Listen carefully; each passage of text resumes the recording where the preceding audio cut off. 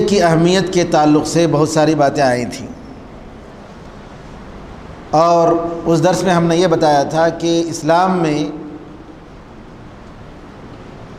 جہاں معاملات ہیں، اخلاق ہیں، عبادات ہیں، وہیں پر عقیدے اور ایمانیات کا بہت ہی اہم رول ہے، اور عقیدے کی بنیاد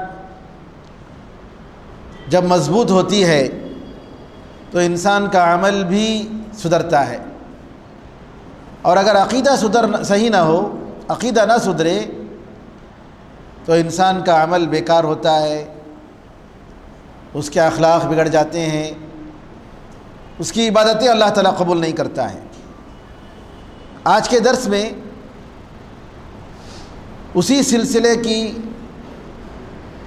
ایک اہم کڑی کہ اللہ تعالیٰ نے عقیدے کو بچانے کے لیے، ایمان کو بچانے کے لیے وہ تمام وسائل، وہ تمام ذرائع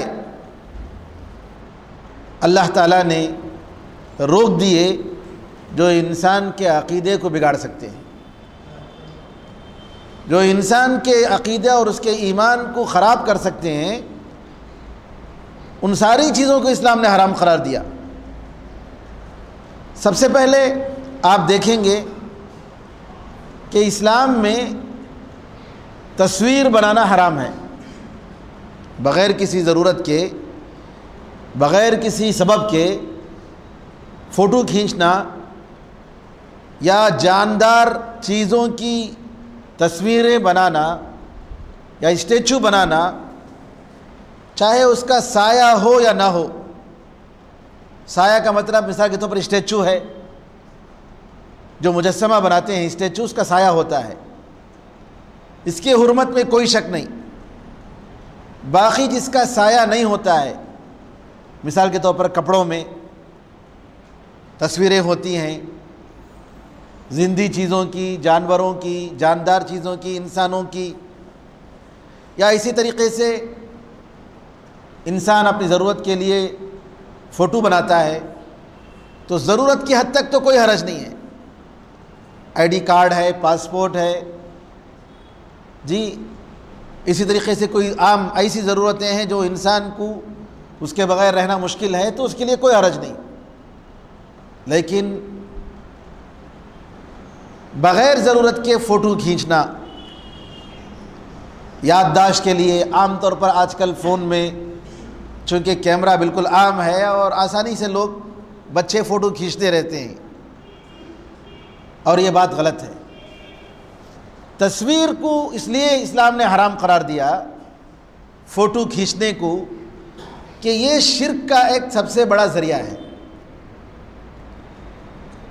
حدیثوں میں آتا ہے، عبداللہ ابن عباس رضی اللہ عنہما فرماتے ہیں کہ نوح علیہ السلام آنے سے پہلے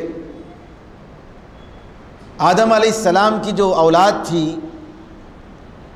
1000 سال تک وہ توحید پر قائم تھی، توحید، وحدانیت پر، شرک کی کوئی بات نہیں تھی۔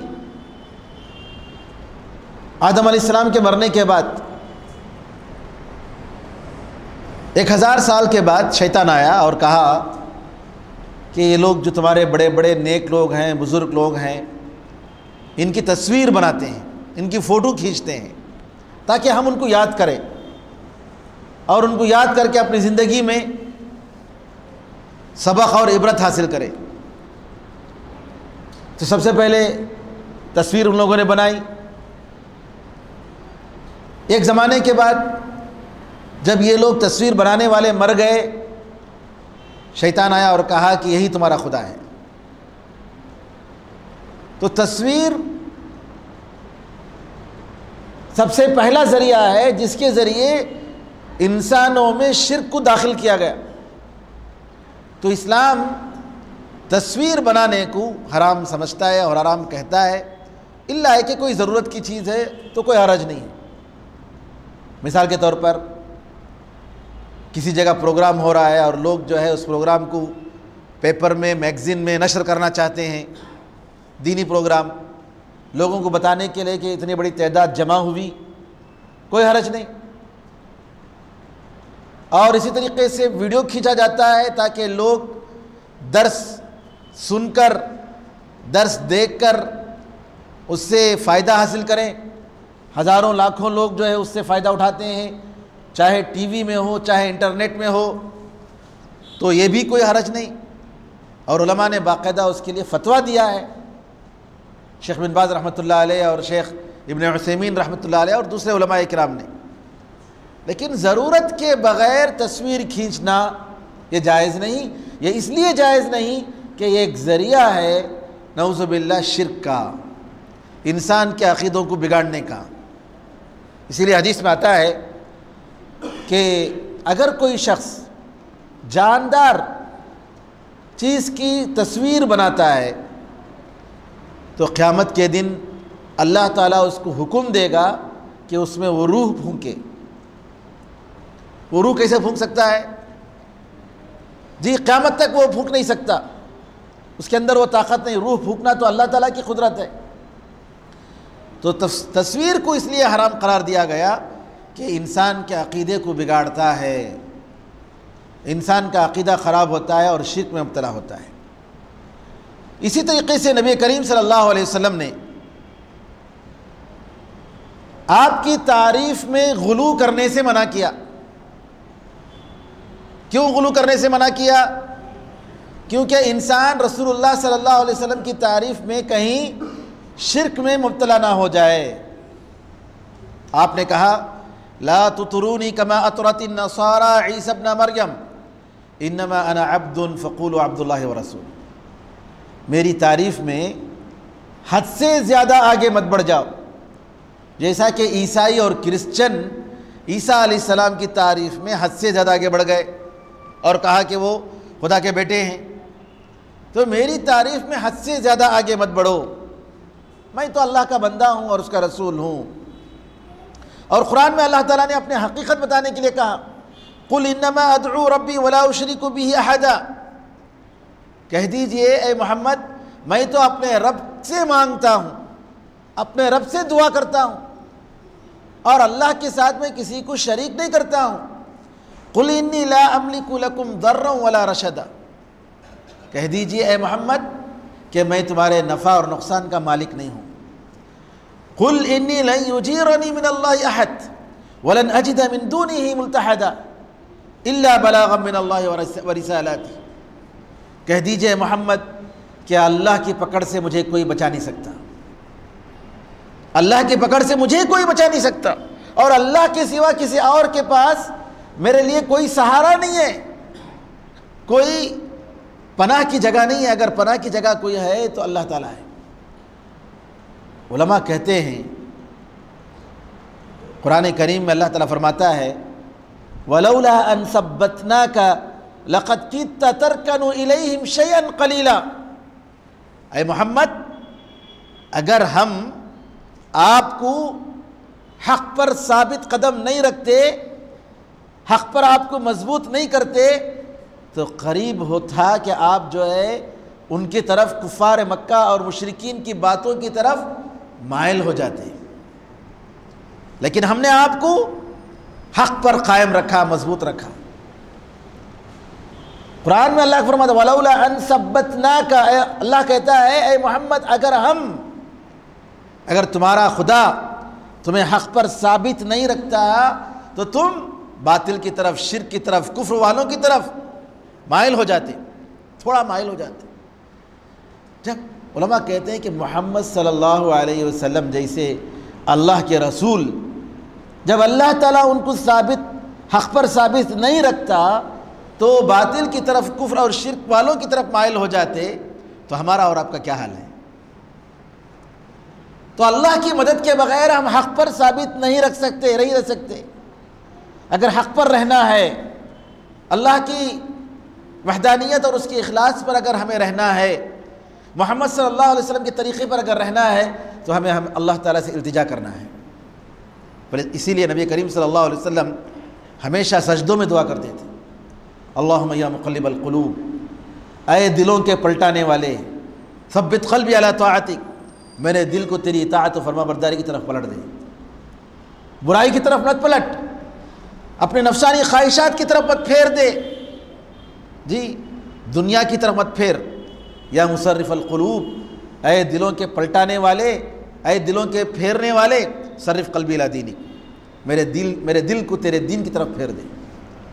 سبحان اللہ، یہ کتنی بڑی عبرت کی بات ہے کہ رسول اللہ صلی اللہ علیہ وسلم کے بارے میں اللہ کہتا ہے کہ اے محمد، اگر ہم آپ کو حق پر ثابت قدم نہیں رکھتے تو آپ حق پر نہیں رہتے، آپ باطل کی طرف مائل ہو جاتے۔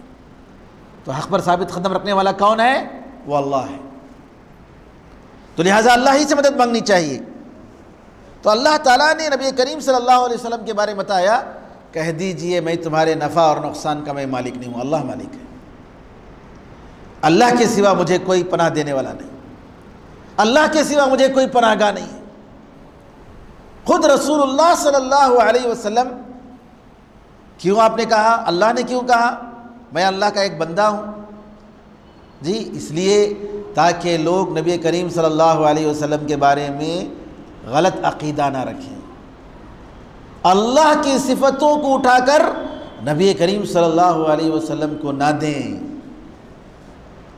آپ جانتے ہوں گے کیو ٹی وی پاکستان کا ایک چینل ہے، اس میں نبی کریم صلی اللہ علیہ وسلم کے بارے میں، اولیاء کے بارے میں، مزاروں کے بارے میں جو نعوذ باللہ جو شرک اور جو غلط باتیں، جی اور اللہ تعالیٰ کی جو گستاخی ہوتی ہے، نعوذ باللہ، اللہ کی پناہ۔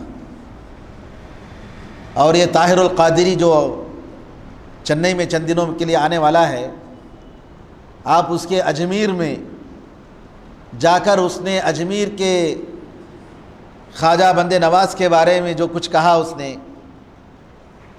وہاں کے، اور جس طریقے سے یہ کہا کہ جو ہے اجمیر کی درگاہ ہی کی برکت کی وجہ سے پورا ہندوستان ترقی کر رہا ہے، اعوذ باللہ، اجمیر کی درگاہ کی وجہ سے، اللہ کی وجہ سے نہیں، اللہ کی رحمتیں، اللہ کی برکتوں کی وجہ سے نہیں، نعوذ باللہ۔ کس طریقے سے ایک انسان جب شرک پر اتر آتا ہے، اور آپ یوٹیوب میں دیکھیں گے کیسے جو ہے لوگ اس کے سامنے جا کر سجدہ کر رہے ہیں، طاہر القادری کے سامنے، اور یہاں شرک پھیلانے کے لیے نعوذ باللہ چنئی آ رہا ہے، پاکستان سے چنئی آ رہا ہے۔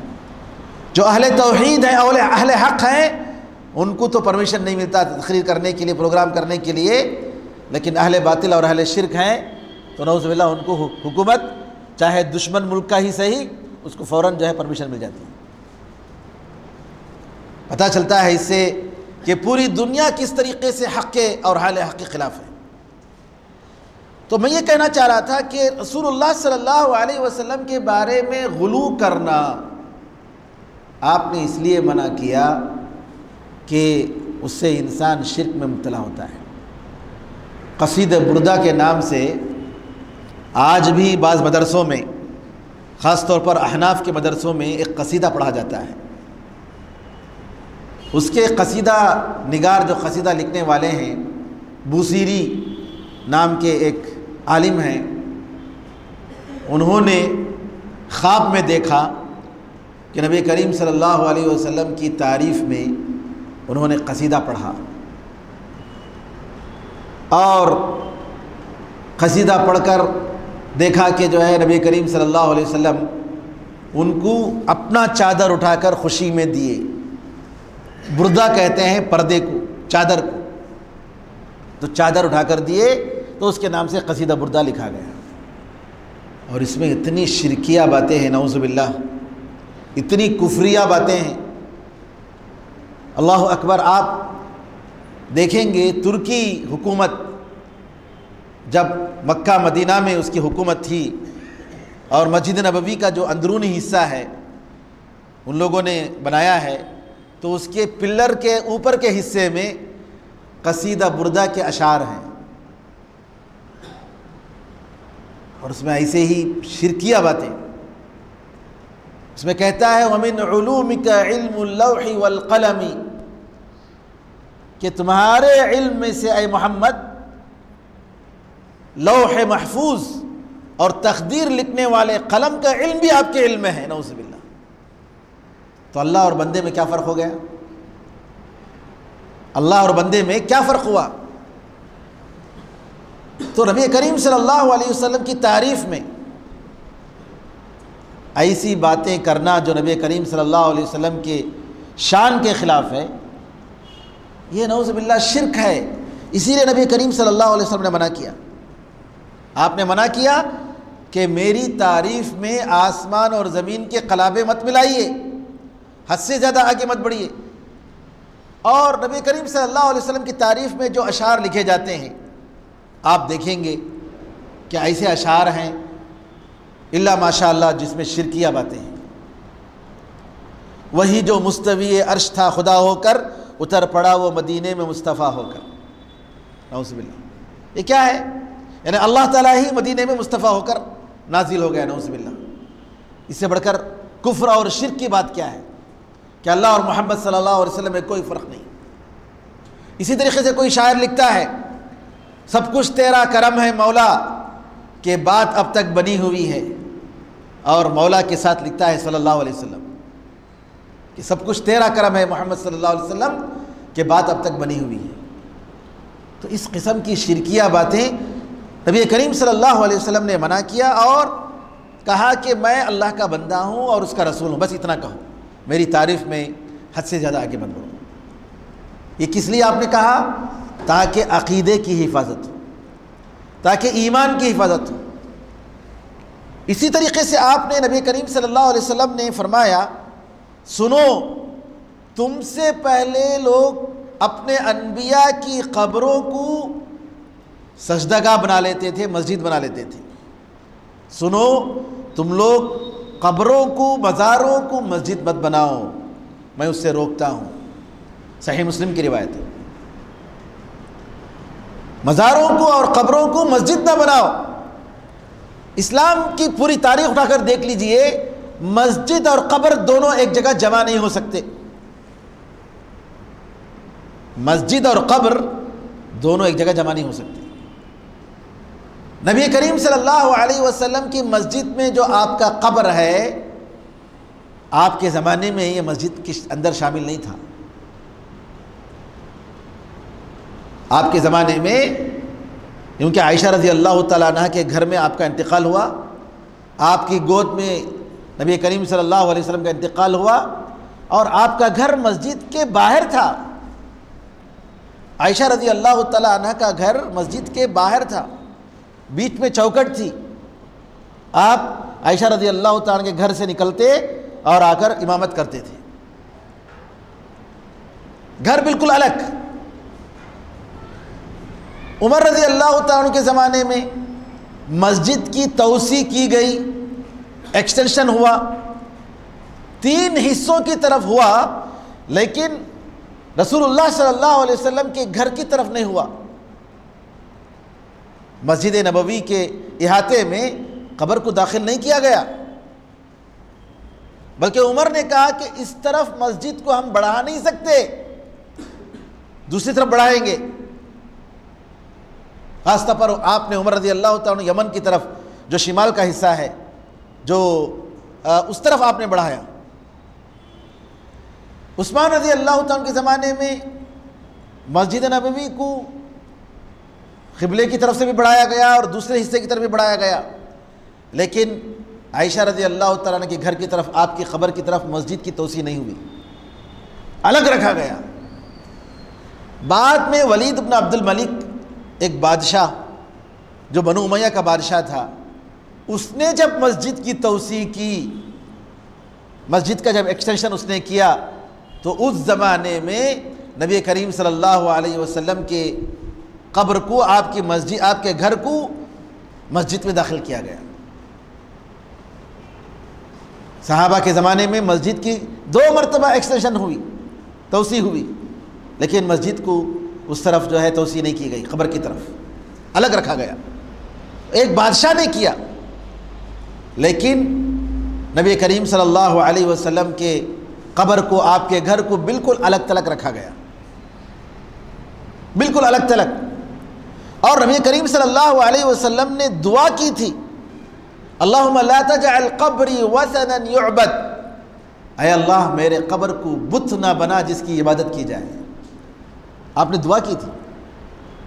علامہ ابن القیم رحمۃ اللہ علیہ کہتے ہیں فَأَجَابَ رَبُّ الْعَالَمِينَ دُعَاءَهُ وَأَحَاطَهُ بِثَلَاثَةِ الْجُدْرَانِ، اللہ تعالیٰ نے آپ کی دعا قبول فرمائی اور آپ کی قبر کو تین طرف سے، تین دیواروں سے آپ کو گھیر دیا. آپ کی قبر کو کہتے ہیں کہ نبی کریم صلی اللہ علیہ وسلم کے قبر کے اطراف تین دیواریں ہیں، اور ایسی دیوار ہے جو دروازہ جس کے اندر نہیں ہے. جو لوگ جاتے ہیں نبی کریم صلی اللہ علیہ وسلم کی قبر کی زیارت کے لیے، کسی ملک کا بادشاہ آتا ہے، حتیٰ کہ جو ہے سعودیہ کا بادشاہ بھی آتا ہے، تو قبر دیکھ نہیں سکتا، کیونکہ دیوار جو بنائی گئی ہے وہ اوپر تک. اور ہمارے استاد محترم عمر فلاطہ رحمۃ اللہ علیہ جو مسجد نبوی میں ریاض الجنہ میں بیٹھ کر درس دیتے تھے، اور نبی کریم صلی اللہ علیہ وسلم کے سیرت کے بارے میں اپنے وقت کے بہت بڑے علامہ تھے. سیرت کا اتنا علم تھا کہ کون سے پہاڑ کا کیا نام تھا نبی کریم صلی اللہ علیہ وسلم زمانے میں وہ بھی معلوم تھا ان کو، اتنی چیزیں باریکیاں ان کو معلوم تھی. وہ کہتے ہیں کہ اگر کوئی نبی کریم صلی اللہ علیہ وسلم کی قبر کو دیکھ سکتا ہے تو ایک ہی راستہ ہے کہ گنبد کے اوپر چڑھ کر، ایک سوراخ ہے اوپر سے بالکل گنبد کے بیچ میں، صرف ادھر ہی سے دیکھ سکتا ہے، اس کے علاوہ کوئی راستہ نہیں. پوری طریقے سے دیواریں ہیں اور دیوار میں کوئی دروازہ نہیں، بند پوری طریقے سے. اس طریقے سے نبی کریم صلی اللہ علیہ وسلم کی قبر کے اللہ نے حفاظت فرمائی. ترکی زمانے میں نبی کریم صلی اللہ علیہ وسلم کے حجرہ کے بعد میں ایک جگہ تھی، لوگ طواف کرتے تھے باقاعدہ، ایسا جیسے کعبے کا طواف کرتے ہیں، بالکل ایسا طواف کرتے تھے. آپ دیکھیں گے ادھر جو دروازہ ہے مسجد نبوی کا، باب السلام سے جب داخل ہوں گے آپ، پہلا دروازہ اس طرف باب النساء ہے، اس طرف اپوزٹ میں، جو کہ بقی قبرستان کی طرف. تو اس دروازے سے پہلے ایک راستہ ہے. ترکی لوگوں نے باقاعدہ، چونکہ وہ لوگ قبر پرست تھے، شرک کے کام کرتے تھے، پورا شرک کا کام وہاں ہوتا تھا نبی کریم صلی اللہ علیہ وسلم کے روضے کے پاس، ایسا طواف کرتے تھے باقاعدہ. اور مرد اور عورتیں مل کر طواف کرتی تھی، نعوذ باللہ، مرد اور عورتیں مل کر طواف کرتی تھی. بعد میں جب سعودی حکومت آئی تو اس حکومت نے نبی کریم صلی اللہ علیہ وسلم کے یہ جو جالی ہے اس کے بعد جو ہے اس طریقے سے قرآن وغیرہ کو رکھ کر، قرآن کے مضبوط لوہے کے کبوڑ بنا کر انہوں نے رکھ دیا اور دروازہ بند کر دیا، ادھر سے بھی اور ادھر سے بھی، تاکہ لوگ اگر آئیں تو سلام کرتے ہوئے ایسے نکل جائے، کوئی طواف نہ کرے. تو نبی کریم صلی اللہ علیہ وسلم کی ذات کے ساتھ یہ گستاخی ہے کہ کوئی شخص نبی کریم صلی اللہ علیہ وسلم کی قبر کو ایسا مقام دے دے جو کہ کعبے کا مقام ہے.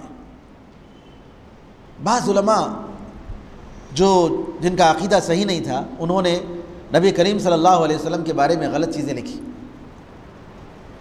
سمہودی ایک عالم ہے، لکھتے ہیں کہ نبی کریم دنیا میں سب سے پاک جگہ اور مبارک جگہ کوئی ہے تو وہ جگہ ہے، وہ زمین ہے جو نبی کریم صلی اللہ علیہ وسلم کے جسم کے نیچے ہے. جبکہ نبی کریم صلی اللہ علیہ وسلم نے یہ فرمایا کہ مسجد حرام میں ایک نماز پڑھنے کا ثواب 1,00,000 نماز کے برابر ہے.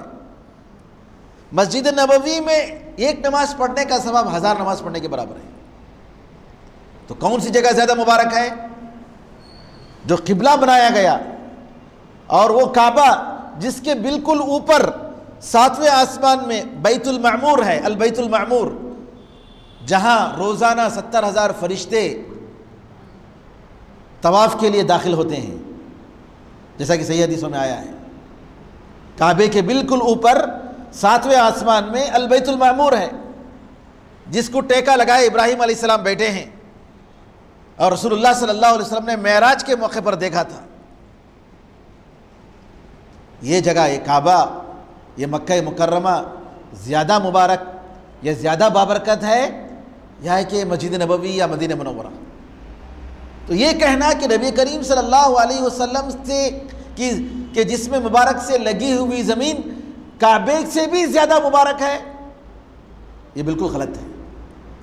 یہ نبی کریم صلی اللہ علیہ وسلم کے بارے میں غلو، حد سے زیادہ اعتقاد رکھنا ہے، عقیدہ رکھنا ہے، اور نبی کریم صلی اللہ علیہ وسلم نے اسے منع کیا۔ آپ نے کہا کہ میری تعریف میں حد سے زیادہ آگے مت بڑھو۔ تو آج ہم امت کو دیکھتے ہیں کہ اکثر لوگ نبی کریم صلی اللہ علیہ وسلم کے ساتھ وہ سلوک کر رہے ہیں جو نعوذ باللہ اللہ کے ساتھ کرنا چاہیے۔ اور عقیدے کی حفاظت کے لیے اسلام نے یہ بھی کہا کہ قبروں کو پختہ نہیں بنانا چاہیے اور یہ ایک بالش سے بڑھ کر نہیں رکھنا چاہیے۔ قبروں کو پختہ کرنا یعنی آپ سیمنٹ سے بنا رہے ہیں جیسا کہ عام طور پر مزاروں میں بناتے ہیں، جائز نہیں ہے۔ نبی کریم صلی اللہ علیہ وسلم نے منع کیا ہے، صحیح مسلم کی روایت ہے، جابر رضی اللہ تعالیٰ کہتے ہیں کہ نبی کریم صلی اللہ علیہ وسلم نے منع کیا کہ قبر کو پختہ بنایا جائے یا قبر کے پاس بیٹھا جائے، قبر کے اوپر بیٹھا جائے، قبر کے پاس بیٹھا جائے، جیسا کہ لوگ عام طور پر مجاور بن کر بیٹھتے ہیں، یا قبر کے اوپر کوئی کنسٹرکشن کی جائے، گنبد بنایا جائے، یہ جائز نہیں ہے، حرام ہے اسلام میں۔ تو قبرستانوں میں پیسے والے لوگ جو کتبہ لکھتے ہیں فلاں صاحب کا انتقال فلاں، اور یہ فلاں صاحب مرحوم ہو گئے تاریخ کے ساتھ، اور اتنی بڑی تختی لگاتے ہیں، یہ سب حرام ہے، جائز نہیں، جائز نہیں اسلام میں۔ اور اسی طریقے سے دیوار بنانا، قبر کے اطراف پختہ بنانا، کیوں؟ اس وجہ سے کہ بعد میں جاتے جاتے اللہ پر جو بھروسہ ہونا چاہیے، اللہ سے جو امید ہونی چاہیے، وہ قبر والے سے ہو جاتی ہے۔ عقیدے کی حفاظت کے لیے اسلام نے منع کیا کہ قبر کو پختہ نہ بنایا جائے، قبر پر کوئی عمارت نہ بنائی جائے، بلکہ علماء نے یہ فتویٰ دیا کہ قبر اگر کسی مسجد میں ہے تو دیکھا جائے گا سب سے پہلے مسجد تھی یا قبر تھی۔ ایسا ہوتا ہے کہ کبھی کبھی جو متولی ہوتا ہے یا کوئی بڑا امام ہوتا ہے تو اس کی قبر کو مسجد میں لا کر دفن کر دیتے ہیں لوگ۔ اگر ایسی بات ہے کہ مسجد پہلے تھی اور قبر بعد میں آئی، علماء نے فتویٰ دیا کہ اس قبر کو وہاں سے نکالا جائے، وہاں سے کھود کر نکالیں گے اور عام مسلمانوں کی قبرستانوں میں لے جا کر دفن کریں گے۔ پریئر ایریا جو ہوتا ہے، نماز کی جگہ، اس میں قبر ہرگز نہیں ہونی چاہیے۔ اور علماء نے کہا کہ اگر اس مسجد میں، جس مسجد میں مسجد کے بیچ میں نماز کی جگہ اگر قبر ہے یا قبلے کی طرف قبر ہے، نماز کے ایریا میں کہیں بھی اگر قبر ہے تو اس مسجد میں نماز ہوتی نہیں، اس مسجد میں نماز نہیں ہوتی۔ اسی لیے قبرستان میں نماز پڑھنے سے منع کیا گیا ہے۔ نماز اللہ تعالیٰ کے لیے جو ہم نماز پڑھتے ہیں جس میں رکوع اور سجدے ہوتے ہیں، وہ قبرستان میں ہم نماز نہیں پڑھ سکتے۔ ہاں، تازی قبر پر جنازے کی نماز پڑھ سکتے ہیں، جنازے کی نماز اس میں رکوع اور سجدہ نہیں ہے۔ اور یہ بھی حکمت کی بات دیکھیے کہ جنازے کی نماز میں رکوع اور سجدہ نہیں ہے، تاکہ یہ شبہ نہ ہو کہ ہم اس میت کے لیے رکوع کر رہے ہیں یا سجدہ کر رہے ہیں، نعوذ باللہ۔ دعا ہے، صرف دعا ہے۔ تو جنازے کی نماز میں کیوں رکوع نہیں رکھا گیا، کیوں سجدے کو نہیں رکھا گیا؟ اللہ تعالیٰ کے ایمان کو بچانے کے لیے، اللہ پر جو ہمارا ایمان ہے وہ اللہ کے لیے خالص رکھے، عقیدے کو بچانے کے لیے، کہیں ہمارے ایمان میں بگاڑ نہ آ جائے، کہیں ہمارے ایمان میں خطرہ نہ آ جائے، ہم اللہ تعالیٰ سے ہٹ کر کسی غیر اللہ سے کوئی امید نہ رکھ لیں۔ تو نبی کریم صلی اللہ علیہ وسلم نے قبر کو پختہ بنانے سے منع کیا، جی اس میں سیمنٹ سے بنانا، پتھر سے بنانا، کیوں؟ عقیدے کی حفاظت کے لیے۔ اسی طریقے سے اسلام نے عقیدے کو بچانے کے لیے حکم دیا کہ کوئی آدمی سفر کی ثواب کی نیت سے صرف 3 جگہ سفر کر سکتا ہے، 3 جگہ ثواب کی نیت سے سفر کر سکتا ہے، 3 جگہ کے علاوہ کسی اور جگہ ثواب کی نیت سے سفر نہیں کر سکتے۔ کون سی جگہ؟ مسجد حرام، مکہ مکرمہ، ثواب کے لیے جا سکتے ہیں۔ وہاں آپ جا کر یہ امید کر سکتے ہیں کہ ہماری دعائیں قبول ہوں گی، ہماری مرادیں پوری ہوں گی، ہمارے گناہیں دھل جائیں گے، اس نیت سے آپ جا سکتے ہیں۔ مسجد نبوی، نبی کریم صلی اللہ علیہ وسلم کی مسجد، آپ نے قبر نہیں کہا، مسجد۔ اسی لیے علماء کہتے ہیں کہ اگر کوئی شخص مدینہ جاتا ہے، اس کی نیت نبی کریم صلی اللہ علیہ وسلم کی قبر کی زیارت ہوتی ہے تو غلط ہے۔ اس کی نیت کیا ہونی چاہیے؟ مسجد نبوی میں نماز پڑھنے کی نیت ہونی چاہیے۔ ایسے ہی جا کر قبر کی زیارت کر رہا ہے تو کوئی حرج نہیں، لیکن مسجد نبوی کی زیارت مقصد رکھتا ہے، یہ رسول اللہ صلی اللہ علیہ وسلم کی قبر کی زیارت اصل مقصد رکھتا ہے، اور مسجد نبوی میں جا کر نماز پڑھنا یا ریاض الجنہ میں جا کر نماز پڑھنا وہ مقصد نہیں ہے تو غلط مقصد ہے۔ مسجد حرام، مکہ مکرمہ آپ ثواب کی نیت سے جا سکتے ہیں، مسجد نبوی ثواب کی نیت سے جا سکتے ہیں، اور بیت المقدس جو فلسطین میں ہے ثواب کی نیت سے جا سکتے ہیں، جہاں ایک نماز پڑھنا 500 نماز پڑھنے کے برابر ہے۔ لیکن ان کے علاوہ چوتھی جگہ، جیسا کہ لوگ اجمیر جاتے ہیں، ناگور جاتے ہیں، ایرواڑی جاتے ہیں، کولم جاتے ہیں، مختلف جگہوں پر جاتے ہیں، جی گلبرگہ شریف جاتے ہیں، ان سارے مقامات میں جانا شرک ہے، کسی بھی طریقے سے جائز نہیں۔ کیوں؟ اللہ تعالیٰ نے عقیدے کی حفاظت کے لیے منع کیا۔ اور اسی طریقے سے اسلام نے ایسے الفاظ استعمال کرنے سے غیر اللہ کے لیے منع کیا جو صرف اللہ کے لیے جائز ہے۔ مثال کے طور پر اللہ کا کلمہ جو ہے یہ صرف اللہ کے ساتھ خاص ہے، کسی اور کے لیے جائز نہیں۔ اسی لیے الرحمن یہ بھی صرف اللہ کے ساتھ خاص ہے، غیر اللہ کے لیے جائز نہیں۔ تو ان کلمات کو اللہ کے علاوہ کسی اور کے لیے استعمال نہیں کرنا چاہیے۔ اسی طریقے سے عربی میں لفظ رب جو ہے یہ آقا کے معنی میں آتا ہے، ماسٹر کے معنی میں بھی آتا ہے، اور پروردگار کے معنی میں بھی آتا ہے۔ تو رسول اللہ صلی اللہ علیہ وسلم نے کہا کہ رب کا لفظ جو ہے یہ اپنے آقا کے لیے استعمال مت کرو، اپنے ماسٹروں کے لیے استعمال مت کرو، بلکہ سیدی یا مولایا کہو، میرے آقا کا لفظ استعمال کرو، لیکن رب کا لفظ اپنے ماسٹروں کے لیے، غیر اللہ کے لیے تم استعمال مت کرو۔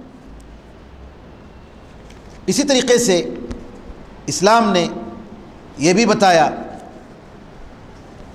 کہ اگر کوئی شخص ایسے آدمی کے پاس جاتا ہے جو غیب کی باتیں بتاتا ہے تو 40 دن کی نمازیں اس کی بیکار ہو جاتی ہیں۔ گھر میں کوئی چیز گم ہو گئی تو لوگ کیا کرتے ہیں؟ وہ کاہن کے پاس جاتے ہیں، وہ کاجل رکھ کر دیکھ کر بتاتا ہے کہ فلاں صاحب نے جو ہے آپ کے گھر میں سے فلاں صاحب نے آپ کا سامان اٹھا لیا ہے،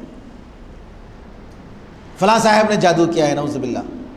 تو یہ جو چیز ہے حدیث میں آتا ہے کہ ایسے آدمی کے پاس جو غیب کی باتیں بتاتا ہے اگر آپ جائیں گے اور اس کی بات مانیں گے تو آپ کی 40 دن کی نمازیں بیکار ہو گئیں، نعوذ باللہ۔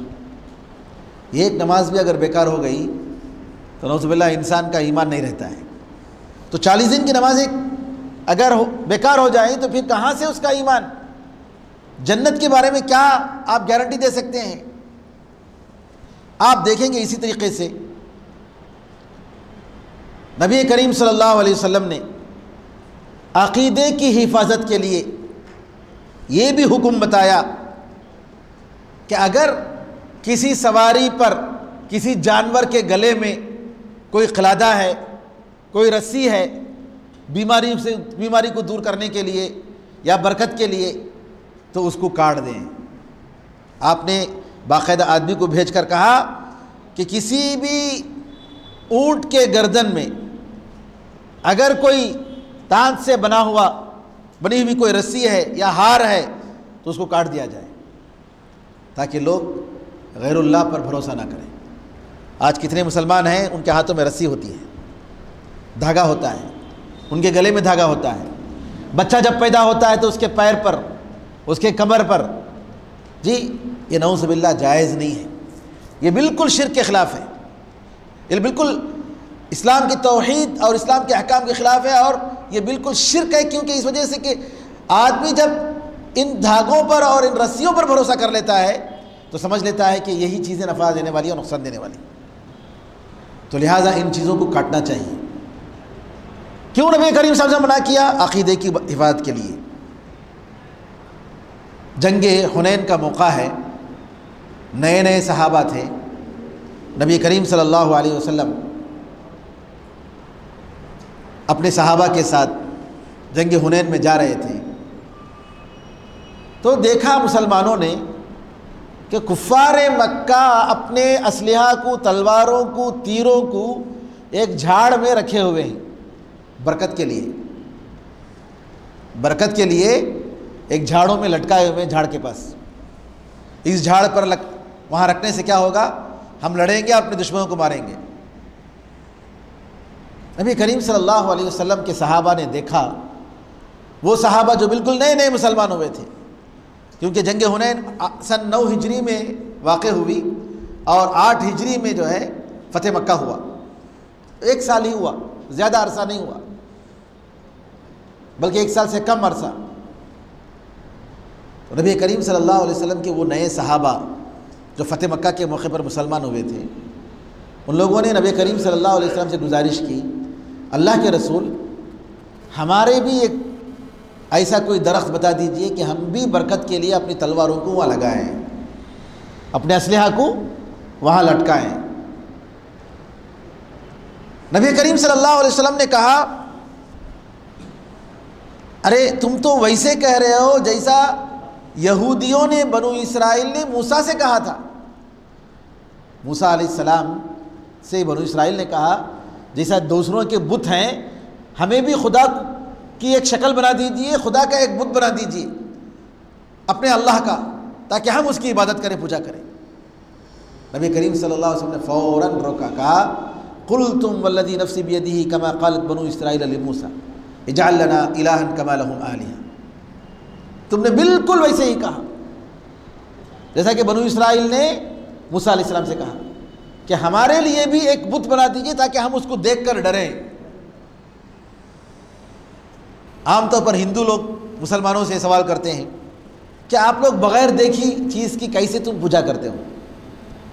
اس کی روپ ہونی چاہیے، اس کی شکل ہونی چاہیے، اس کی شکل ہے، ہم اس کا انکار نہیں کرتے ہیں، لیکن کس نے دیکھا ہے اس کو؟ کس نے دیکھا ہے؟ اللہ تعالیٰ کو یہ آنکھیں، دنیا کی آنکھیں دیکھ نہیں سکتی۔ اور انسانوں نے جب بتوں کو بنایا تو اس کی حفاظت کے لیے تالے لگا رہے ہیں، یعنی خدا کی حفاظت آپ لوگ کر رہے ہیں۔ یہ کیا ہے نعوذ باللہ؟ اس سے بڑھ کر بے خوفی اور کیا چیز ہے؟ بجائے اس کے کہ خدا تمہاری حفاظت کرے، تم لوگ اس کی حفاظت کر رہے ہو۔ کہیں ایسا نہ ہو کہ جو ہے یہ بت کوئی چرا کر لے کر چلا جائے۔ کتنے بتوں کو جو ہے لوگ اسمگلنگ کرتے ہیں، سونے کے بتوں کو چرا کر لے جاتے ہیں، پرانے بتوں کو۔ کیا ہے نعوذ باللہ کہ اپنے خداؤں کو لے کر کوئی چرائے گا؟ یعنی وہ خدا کیا ہے جس کو چرایا جائے؟ تو نعوذ باللہ اس قسم کے غلط عقیدے جو ہے اسلام روکتا ہے، اور نبی کریم صلی اللہ علیہ وسلم نے فوراً ٹوکا۔ نبی کریم صلی اللہ علیہ وسلم کے اس واقعے سے یہ معلوم ہوتا ہے عقیدے کے موضوع میں کبھی بھی ہم خاموش نہیں رہنا چاہیے۔ دوسری چیزوں کے لیے ہم انتظار کر سکتے ہیں۔ مثال کے طور پر ایک آدمی نیا مسلمان ہوتا ہے، اب وہ مسلمان ہوتا ہے، اب اس کے ساتھ اس کی بیوی ہے بھی مسلمان نہیں ہوئی ہے۔ اب اگر کوئی کہتا ہے کہ بھائی کیا میں بیوی سے فوراً الگ ہو جاؤں؟ ابھی اس کو معلوم بھی نہیں کہ مسلمان ہو گیا، کیا کروں؟ آپ بتائیں گے نہیں، ان کو سمجھاؤ ان کے ساتھ رہو، ان کو سمجھاؤ، اسلام کی طرف دعوت دو. 1 مہینہ 2 مہینہ 3 مہینہ بھی انتظار کرو، کوئی بات نہیں، اس کی آہستہ آہستہ اس کو اسلام کی طرف دعوت دو. لیکن اگر کوئی کہتا ہے کہ میں مسلمان ہو گیا لیکن میں اتوار کو جو ہے اپنے گھر والوں کو خوش رکھنے کے لیے مندر جانا چاہتا ہوں، مندر جا کر پوجا کرنا چاہتا ہوں، اس کی اجازت دیں گے؟ نہیں، اس کی اجازت نہیں دے سکتے. شرک کی اجازت کسی بھی طریقے سے نہیں دے سکتے. ٹوکنا ہوگا، روکنا ہوگا. وہاں یہ نہیں دیکھیں گے کہ حالات برابر نہیں ہیں فلاں، نہیں، فوراً چاہے وہ نیا مسلمان ہی صحیح، اس کو بتانا ضروری ہے، کیونکہ اس کا اسلام، اس کا ایمان پورا نہیں ہوگا. تو عقیدہ اور ایمان کی باتوں میں کمپرومائز ہو نہیں سکتا کسی بھی حالت میں. دوسری چیزوں میں ہو سکتا ہے. نیا مسلمان ہوا ہے، شراب کی عادت ہے، شراب کی عادت ہے. آپ اس کو کہہ سکتے ہیں کہ آہستہ آہستہ جو ہے شراب کی یہ لت چھوڑیے، آہستہ آہستہ عادت ڈالیے اور اس کو اپنے آپ کو اس سے روکیے. آہستہ آہستہ بول سکتے، کوئی حرج نہیں. یہ نہیں کہ جو ہے آج ہی اس کو چھوڑنا ہے، حرام ہو جائے، نہیں. ابھی مسلمان ہوا ہے، اگر آپ کہیں گے کہ نہیں ابھی آپ کو چھوڑنا پڑے گا، ہو سکتا ہے کہ وہ کہے گا کہ مجھے ایسے دین کی ضرورت نہیں جس میں شراب جائز نہیں. کیونکہ جن لوگوں کو اس کی لت ہوتی ہے، اس کی عادت ہوتی ہے، چھوڑنا بڑا مشکل ہوتا ہے. تو کہنے کا مطلب یہ ہے کہ عقیدے کے موضوع، عقیدے کے مسئلے میں عقیدے کے بگاڑ کو کبھی بھی برداشت نہیں کیا جا سکتا. فوراً ٹوکیں گے اور منع کریں، چاہے چھوٹا مسئلہ ہو چاہے بڑا مسئلہ ہو. ایک مثال اور بھی نبی کریم صلی اللہ علیہ وسلم کی زندگی کی ہمیں آتی ہے کہ ایک مرتبہ ایک شادی کے موقع پر انصار کی ایک لڑکی گا رہی تھی، بچی گا رہی تھی شادی کے موقع پر. تو شعر میں اس نے کہا وفینا نبی یعلم ما فی غد. وہ گا رہی ہے اور نبی کریم صلی اللہ علیہ وسلم سوئے ہوئے ہیں، لیٹے ہوئے ہیں، اپنے چہرے پر کپڑا اوڑھے، چادر اوڑھے لیٹے ہوئے ہیں. وہ گا رہی ہے. اتنے میں اس نے ایک شعر کہا وفینا نبی یعلم ما فی غد. کہا کہ جو ہمارے درمیان ایک ایسا نبی ہے جو کل کیا ہوگا وہ جانتا ہے. نبی کریم صلی اللہ علیہ وسلم نے فوراً چادر ہٹایا اور کہا کہ یہ مت بولو، یہ مت بولو. پہلے جو بولتی تھی وہ بولو. پہلے کیا پڑھتی تھی وہ کیا گاتی تھی؟ گانے میں اس نے بہت ساری چیزیں کہیں. اور اسلام سے پہلے انصار قبیلے کے 2 قبیلوں کے درمیان، قبیلہ اوس اور خزرج کے درمیان جو جھگڑے ہوتے تھے، جو لڑائیاں ہوتی تھیں، اس کا ذکر کر رہی تھی. اور نبی کریم صلی اللہ علیہ وسلم نے اس کے بارے میں کچھ نہیں کہا، وہ بولو پرواہ نہیں. لیکن یہ بولنا کہ ہمارے درمیان ایک نبی ہے جو کل کیا ہوگا وہ جانتا ہے، فوراً نبی کریم صلی اللہ علیہ وسلم روکا. ایک مرتبہ ایک اور واقعہ ہے. ایک خطیب نے خطبہ دیتے ہوئے کہا من یطع اللہ ورسولہ فقد رشد. جو اللہ اور اس کے رسول کی اطاعت کرے گا وہ سیدھے راستے پر آ گیا. وَمَن يَعْصِهِمَا فَقَدْ غَوَىٰ. اور جو ان دونوں کی نافرمانی کرے گا وہ بھٹک گیا. یہ صحیح مسلم کی روایت ہے. یعنی پہلے اس نے اللہ اور اس کے رسول الگ الگ کیا، اللہ اور اس کے رسول کی اطاعت کیا تو سیدھے راستے پر آ گیا. اس کے بعد کہا کہ جو ان دونوں کی، یعنی دونوں کو ایک ساتھ ملا دیا، ان دونوں کی، اللہ اور اس کے رسول کی کا نہیں کہا. نبی کریم صلی اللہ علیہ وسلم نے کہا بئس الخطیب انت. تم کتنے برے خطیب ہو، تم یہ کہو ومن یعص اللہ ورسولہ. تم ایسا مت بولو ان دونوں کی، بلکہ یہ کہو جو اللہ اور اس کے رسول کی نافرمانی کرے گا وہ بھٹک جائے گا. یعنی اللہ اور اس کے رسول دونوں کو الگ الگ ذکر کرو، دونوں ایک نہیں ہیں. یہ بتانے کے لیے نبی کریم صلی اللہ علیہ وسلم نے یہ جملہ فرمایا. تو اس قسم کی بہت ساری مثالیں ہیں. خلفائے راشدین کے زمانے میں بھی اس کی مثالیں ملیں گی کہ عقیدے کو بچانے کے لیے کیسے وہ لوگ محنت کرتے تھے. علی رضی اللہ تعالیٰ اپنے زمانے میں ابو حیاج الاسدی اپنے شاگرد کو بھیجتے ہیں، کہتے ہیں جاؤ میں اس کام کے لیے بھیج رہا ہوں جس کام کو کرنے کے لیے نبی کریم صلی اللہ علیہ وسلم نے مجھے بھیجا۔ اگر کسی جگہ قبر کو زمین سے زیادہ اونچی کر دی گئی ہے تو اس کو زمین کے برابر کر دو، اگر پختہ کیا گیا ہے جی تو اس کو توڑ دو، اگر عمارت بنائی گئی ہے تو اس کو توڑ دو۔ باقاعدہ خلفائے راشدین نے بھیج کر ایسے کام کیے تاکہ لوگوں کی ایمان اور عقیدے میں کوئی فرق نہ آئے۔ اور آخر میں عمر رضی اللہ تعالیٰ عنہ کا جملہ، عمر رضی اللہ تعالیٰ عنہ کعبے کا طواف کرتے ہیں اپنے زمانے میں، اور کعبے کا طواف کرتے ہوئے کہتے ہیں اے پتھر، مجھے معلوم ہے کہ تم ایک پتھر ہو، تم نفع بھی نہیں پہنچا سکتے اور نقصان بھی نہیں پہنچا سکتے، نفع اور نقصان دینے کی طاقت تمہارے اندر نہیں۔ ولولا انی رأیت رسول اللہ صلی اللہ علیہ وسلم قبلک ما قبلت، اگر میں نے رسول اللہ صلی اللہ علیہ وسلم کو یہ دیکھا نہیں ہوتا کہ وہ آپ کو چوم رہے تھے تو میں بھی تمہیں نہیں چومتا، لیکن چونکہ میں نے دیکھا نبی کریم صلی اللہ علیہ وسلم تمہیں چوم رہے تھے اس لیے میں چوم رہا ہوں، لیکن مجھے یقین ہے کہ تمہارے اندر نہ نفع ہے، نفع کی طاقت ہے، نقصان کی طاقت ہے۔ ذرا بتائیے کیوں کہا آپ نے؟ لوگوں کو سبق دینے کے لیے۔ بلکہ خالد بن الولید رضی اللہ تعالیٰ عنہ، جن کے بارے میں نبی کریم صلی اللہ علیہ وسلم نے کہا تھا کہ اللہ کی تلوار ہے، جس جنگ میں جاتے، جس فوج میں ہوتے، جیتنا یقینی ہوتا۔ جس فوج میں جاتے خالد بن الولید رضی اللہ عنہ، جیتنا یقینی ہوتا۔ اتنا خالد بن الولید رضی اللہ تعالیٰ عنہ کا نام ہو گیا تھا کہ دشمنان اسلام خالد بن الولید رضی اللہ تعالیٰ عنہ کا نام سن کر ڈرتے تھے، صرف نام سن کر۔ جب دیکھا عمر فاروق رضی اللہ تعالیٰ عنہ نے کہ لوگوں کا اعتقاد اللہ تعالیٰ کے بجائے خالد بن الولید رضی اللہ تعالیٰ عنہ پر زیادہ ہو گیا ہے، تو خالد بن الولید رضی اللہ تعالیٰ عنہ کو عمر فاروق رضی اللہ تعالیٰ عنہ نے عین قادسیہ کی جنگ کے موقع پر، سیریا کی جنگ کے موقع پر کمانڈرشپ سے ان کو نکال دیا اور کہا میں یہ لوگوں کو بتانا چاہتا ہوں کہ اللہ تعالیٰ اپنے دین کو مدد کرنے والا ہے، اپنی فوج کو مدد کرنے والا ہے۔ یہ خالد بن الولید کی وجہ سے نہیں ہو رہا ہے بلکہ اللہ تعالیٰ اپنے فضل سے کر رہا ہے۔ ان کو کمانڈرشپ سے نکالا تاکہ لوگوں کا عقیدہ نہ بگڑے کہ خالد بن الولید رضی اللہ تعالیٰ عنہ جس فوج میں ہوں گے اس کا جیتنا ضروری ہے۔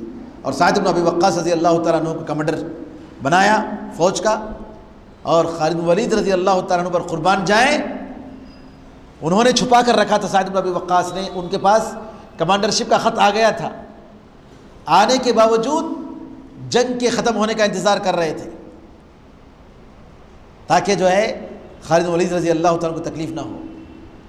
سعد بن ابی وقاص رضی اللہ تعالیٰ عنہ کے بارے جب معلوم ہوا خالد بن الولید کو یہ کمانڈرشپ کا جو اس کی جو ذمہ داری ہے عمر رضی اللہ تعالیٰ عنہ نے، امیر المومنین نے جی سعد بن ابی وقاص کو دیا ہے اور مجھے معزول کر دیا گیا ہے، سعد بن ابی وقاص کے پاس گیا اور کہا کہ کیوں نہیں آپ نے مجھے بتایا کہ امیر المومنین عمر فاروق نے مجھے معزول کر دیا؟ آپ میرے بارے میں کیا سمجھ رہے تھے؟ کیا میں عمر کے لیے لڑ رہا ہوں؟ میں اللہ کے لیے لڑ رہا ہوں، میں کسی انسان کے لیے نہیں لڑ رہا ہوں، میری نام کے لیے نہیں لڑ رہا ہوں۔ اور معمولی کمانڈر، ایک معمولی ذمہ دار بن کر خالد بن الولید رضی اللہ تعالیٰ عنہ نے سعد بن ابی وقاص رضی اللہ تعالیٰ عنہ کی کمانڈرشپ میں لڑا، سبحان اللہ، اور مرتے دم تک جہاد کرتے رہے۔ تو کہنے کا مطلب یہ ہے کہ اس طریقے سے عقیدے کی حفاظت کے لیے رسول اللہ صلی اللہ علیہ وسلم نے، صحابہ نے کوشش کی، ہمارا بھی فرض بنتا ہے عقیدہ اور ایمان کی بات آئے تو وہاں پر کسی بھی قسم کی کمپرومائز نہ کریں، فوراً اس کو روکیں، ٹوکیں اور اس خرابی کو ہمارے معاشرے سے نکالیں۔ اللہ تعالیٰ سے دعا ہے کہ اللہ تعالیٰ ہمیں اور آپ کو دین حق کو سمجھنے اور اس پر عمل کرنے کی توفیق عطا فرمائے، ہمیں اور آپ کو ثابت قدمی عطا فرمائے، حق پر اور ایمان پر اور سلف صالحین صحابہ رضی اللہ تعالیٰ اجمعین کے منہج پر ثابت قدم رکھے، آمین یا رب الراحمین، والحمد للہ رب العالمین، وصلی اللہ وسلم علی نبینا محمد وعلی آلہ وصحبہ اجمعین، والسلام علیکم ورحمۃ اللہ وبرکاتہ۔